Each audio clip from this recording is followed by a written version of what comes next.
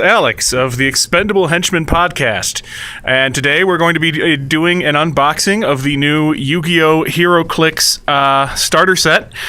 It just came in at my friendly local game store here, Checkmate Games on Central and McCord, Toledo, Ohio, and it is hovering erratically in front of me because it is filled with so much ancient Egyptian shadow power. My lovely assistant Sarah here will be unboxing it for me. Sarah, you may go to town on that thing. Go for it. Grog. Like a 5-year-old on Christmas. Just grog all up in that business. We have the Blue Eyes White Dragon here. I can't get great video quality of it, but it's got a nice little pearl coat, making it look all shiny and cool. The sculpt quality is fantastic. Actually, looking up other unboxing videos, which I'll link to in the description, is what prompted me to go ahead and invest in this set, because these, even if I never play with them, though, they will make amazing desk decorations, I gotta say. And of course, we have the notorious Dark Magician. The Dark Magician in attack mode! If he would like to come out and play. With his pointy hat stuck in the plastic.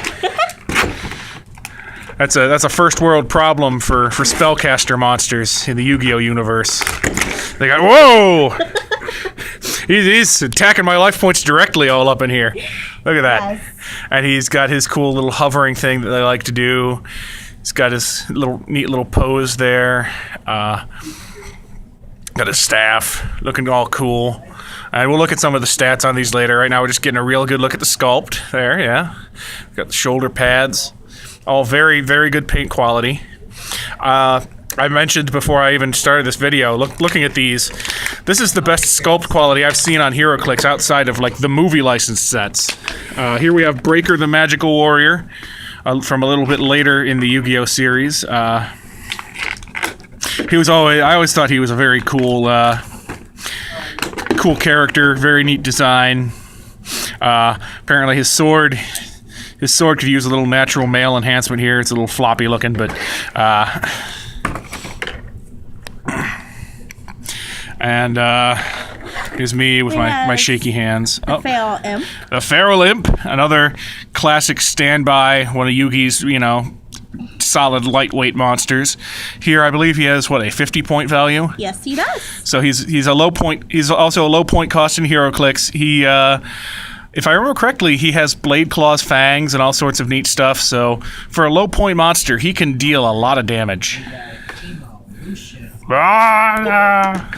And off he goes. And then we have some of the shock troops here. We've got Kaiba's Death Feral Imp. Very cool. I actually used to run the card version of this guy way back in the day when I was playing Chaos. Love him. And he's Kaiba's 50-point piece. And the Hitatsumi Giant got his club, still looking rather phallic. But, he's a big old savage Cyclops. Another very cool character design, one I've always liked. He's also the figure in this starter set that demonstrates the spell trap mechanic. Basically, he's a switch clicks. Sarah, if you could go ahead and take him off of his base there. He comes off the base, and you can take this, instead of like a team base like the switch clicks are usually used for, you just take the dial itself. It'll have a spell. It has, on 2 of the clicks, it has like a spell symbol or a trap symbol, and you switch it to one of those symbols, and you can use the spell or trap effect associated with this figure, give it to one of your other characters in your team to use. So, very helpful. Yep, it can add a little bit of strategic depth. Mm-hmm. So that's the main gimmick mechanic that they've done with the Yu-Gi-Oh! Heroclix, which I don't know how much I'll use it, but we'll see. Could be fun. Next up, we have other things. There are some house rules.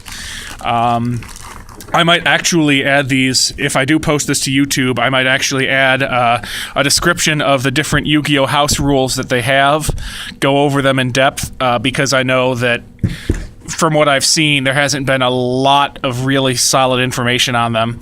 So I might go ahead and add that. You can see them there, the whole life point rules. I'm excited to try these, actually. This is the one I'm really excited about. It looks like it could be a lot of fun.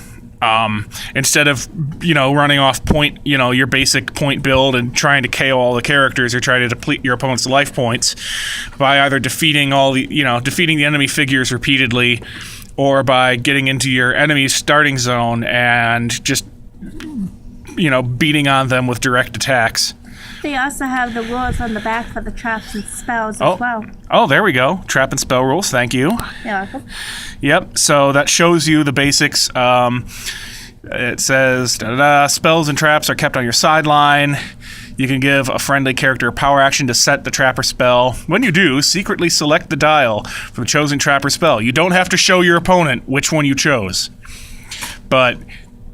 So whether you use trap or spell, that's selected when you give the friendly character that thing. Not at the beginning of the game, when you give it the thing. So depending on your current situation, that's when you decide what you want that character to have. And then later on, when certain conditions are met, you can activate the trap or the spell and ambush your opponent with different effects. So, which they have.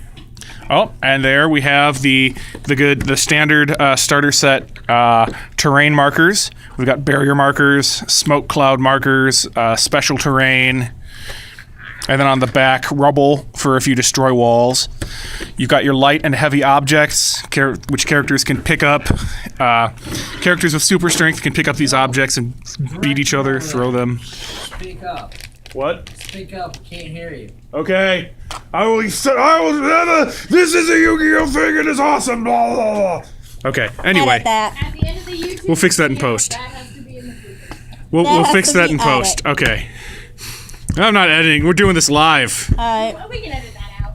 There we have the stat cards. Other than the spell trap mechanic on the Hitatsumi Giant, all of the figures in the Yu-Gi-Oh! Starter set here have pretty much only standard powers, the things you'll see in the powers and ability card. So they're really designed with new players in mind. They're just getting them familiar with the existing mechanics. And also, there are my dice. An 8, that's pretty solid rolls. I don't know if it's the dice or it's just you. Maybe these are lucky dice, or that's a 7. That's average. So that's decent. We also have our collateral damage. I'll clear the field. I play Raigeki and I clear the field of monsters. All right. Is this the Duelist Kingdom? Yes, we have a 2-sided map. Has the pyramid? Yep. It has. I believe this is supposed to be the outside of Pegasus's castle. Oh. From what it looks like, where Yugi and Kaiba had their second duel. So you can go ahead and relive the memories of Duelist Kingdom there. With Yugi taking out the Blue Eyes Ultimate Dragon. Attention, Good duelists! Attention, duelists! My hair gives me super strength. My hair has a full dial of Blade's Claw's fangs. Okay. I'm gonna throw so many geeky references around, people won't be able to keep straight which is which. Of course not. And then we've got the forest, which, as other YouTubers have mentioned, there's no elevated terrain. It's a super simple map for quick, super simple fights. I like this because I currently don't have a lot of maps, so it'll be nice to have an extra one. And then we've got your standard, your Heroclix rulebook. Comes with all the basic rules to get you started.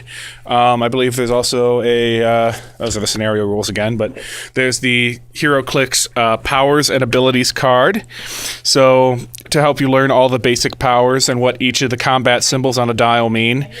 It's a great reference. Other than that, this is your... Ooh, a line of fire chart. Is that new? That's pretty cool. I like that. I don't know if that was in previous editions of the rulebook. This is pretty nice. And here's Ken Solo, the esteemed owner of Checkmate Games, looking over the Heroclix rules here. He himself is a Heroclix player, so he can tell us. Mr. Solo, do you know if that line of fire chart's a new addition to the rule book, or? I think, yes, I think it was in the most recent, the one before this one. Okie dokie. There you go. Yep, it's right in the back there. Kelly's just like, And this is a guy, he does stuff. He's a noun that verbs. He's in our video now too, deal with it. we'll have to get his name. Especially, and that's Kelly. She's the employee of the month for 3 years running.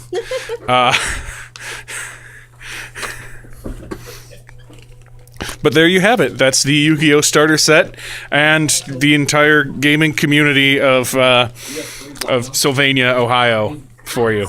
Oh yeah, there's a cashier, Erica. Yes. Right. I'm just a cashier. Yep. You're a generic NPC. We walk up to you and press A, and you say the same thing over and over.